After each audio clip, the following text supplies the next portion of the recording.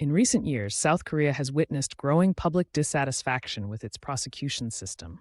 Critics argue that the system remains biased, favoring the powerful and wealthy. High-profile cases, like the 2023 luxury bag scandal involving a prosecutor's wife, have fueled protests. Surveys show 68% of citizens distrust prosecutors' neutrality. This anger has spilled into political debates, with reform becoming a rallying cry for opposition parties ahead of the 2024 elections. The ruling and opposition parties are clashing sharply over prosecution reform. The Democratic Party pledges to abolish the prosecution's investigative powers entirely, while the People Power Party advocates for moderate oversight. A televised debate on KBS saw candidates trading accusations, "Your reforms are a witch hunt," countered with, "You're protecting elite corruption." Younger voters, in particular, are demanding concrete plans. 79% cite reform as a top priority in polls. Korean media has turned prosecution reform into a defining election issue. Cable news channels like JTBC host nightly panels dissecting candidates' proposals, while YouTube commentators analyze leaked documents about prosecutor misconduct.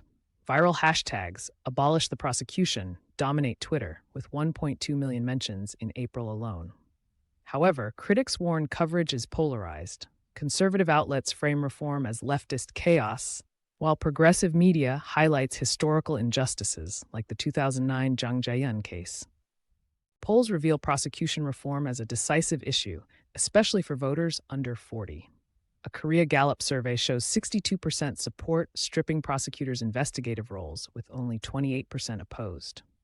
Rallies feature unlikely alliances. Small business owners and activists share stages, holding banners like "We survived the IMF crisis but not prosecutorial abuse." Analysts note regional splits. Gyeongsang provinces resist reform, while Jeolla and Seoul show overwhelming support. On election day, prosecution reform became a litmus test. Exit polls showed 54% of voters prioritized judicial fairness over economic policies, a historic first. The winning party's victory speech pledged a prosecution that serves the people, not power. However, skeptics note similar promises were made in 2017, yet yielded limited change. As international observers watch closely, this election may determine whether South Korea's democracy can truly hold its powerful institutions accountable.